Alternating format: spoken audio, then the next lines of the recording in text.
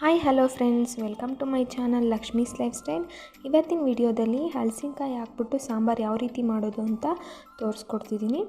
ಇಲ್ಲಿ ನೋಡಿ, ಕೊತ್ತಿರೋ ಹಲಸಿನಕಾಯನ್ನು ದಪ್ಪವಾಗಿ ಅಂದರೆ ಮೀಡಿಯಮ್ ಸೈಜಲ್ಲಿ ಕಟ್ ಮಾಡಿ ಇಟ್ಕೊಂಡಿದ್ದೀನಿ.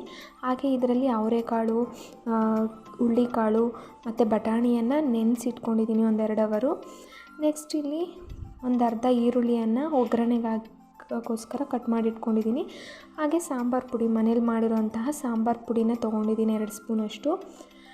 ಹಾಗೆ 3 ಸ್ಪೂನಷ್ಟು ತೆಂಗಿನಕಾಯಿ, ಹಾಗೆ 2 ಮೀಡಿಯಮ್ ಸೈಜ್ನಷ್ಟು ಟೊಮೊಟೊ, ಹಾಗೆ 1 ಗೆಡ್ಡೆ ಬೆಳ್ಳುಳ್ಳಿ, ಹಾಗೆ ಅರ್ಧ ಈರುಳ್ಳಿ, ಹಾಗೆ ಸ್ವಲ್ಪ ಒಂದು ಅರ್ಧ ನಿಂಬೆಹಣ್ಣಷ್ಟು ಗಾತ್ರದಷ್ಟು ಹುಣಸೆಹಣ್ಣು.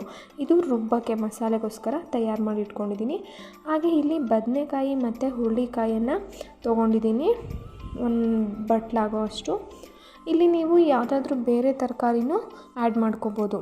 ನೆಕ್ಸ್ಟು ನಾವು ಮಸಾಲೆಗೆ ಏನು ತೋರಿಸ್ದೆ ಆ ಮಸಾಲೆ ಐಟಮ್ಸ್ನೆಲ್ಲ ರುಬ್ಕೊಂಡು ನೋಡಿ ಈ ರೀತಿ ಇದು ಮಾಡ್ಕೋಬೇಕು. ಸಾಂಬಾರು ಪುಡಿನೂ ಆ್ಯಡ್ ಮಾಡ್ಕೊಂಡಿದ್ದೀನಿ ರುಬ್ಬಕ್ಕೇ.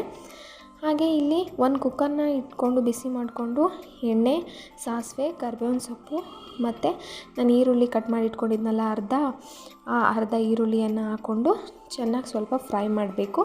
ಅದಾದಮೇಲೆ ನಾವು ಏನು ನೆನೆಸಿಟ್ಕೊಂಡಿದ್ವಿ ಕಾಳುಗಳು, ಅವನ್ನ ಹಾಕೋಬೇಕು. ನೀವು ಬೇರೆ ಕಾಳುಗಳ್ನೂ ಹಾಕೋಬೋದು, ಅಳಸಂದೆ ಕಾಳು ಇವೆಲ್ಲ. ನಾನಿಲ್ಲಿ 3 ಥರ ಅಷ್ಟೇ ಹಾಕ್ಕೊಂಡಿರೋದು: ಅವರೆಕಾಳು, ಬಟಾಣಿ ಮತ್ತು ಹುರುಳಿಕಾಳು. ಹಾಗೆ ತರಕಾರಿ ಮತ್ತು ಹಲಸಿನಕಾಯಿ ಎಲ್ಲ ಹಾಕಿ ಚೆನ್ನಾಗಿ ಫ್ರೈ ಮಾಡ್ಕೋಬೇಕು. ಒಂದು 5 ನಿಮಿಷ ಉಪ್ಪು ಹಾಕ್ಬಿಟ್ಟು ಚೆನ್ನಾಗಿ ಫ್ರೈ ಮಾಡಿಕೊಂಡು, ಅದಾದಮೇಲೆ ನಾವು ರುಬ್ಬಿಟ್ಕೊಂಡಿರೋಂತಹ ಮಸಾಲೆಯನ್ನು ಆ್ಯಡ್ ಮಾಡಿಕೊಂಡು ಸ್ವಲ್ಪ ಹುರ್ಕೋಬೇಕು ಒಂದು 5 ನಿಮಿಷ ಮಸಾಲೆಯಲ್ಲೇ, ಯಾಕಂದರೆ ಚೆನ್ನಾಗಿ ಮಸಾಲೆ ಹೊಂದ್ಕೊಳ್ಳುತ್ತೆ. ಅದಾದಮೇಲೆ ಎಷ್ಟು ಬೇಕೋ ಅಷ್ಟು ನೀರನ್ನು ನಾವು ಆ್ಯಡ್ ಮಾಡ್ಕೋಬೇಕಾಗುತ್ತೆ. ಸಾಂಬಾರು ಕನ್ಸಿಸ್ಟೆನ್ಸಿ ನೋಡಿಕೊಂಡು ಆ್ಯಡ್ ಮಾಡ್ಕೊಳ್ಳಿ. ಸಾಂಬಾರು ತುಂಬ ತೆಳ್ಳಗಿದ್ರೆ ಚೆನ್ನಾಗಿರಲ್ಲ ಇದು. ನೆಕ್ಸ್ಟು ಮುಚ್ಚಳ ಮುಚ್ಚಿ 2 ವಿಷಲ್ ಕೂಗಿಸ್ಕೊತಿದ್ದೀನಿ. ನೋಡ್ತಿರ್ಬೋದು, 2 ವಿಷಲ್ ಆಯಿತು.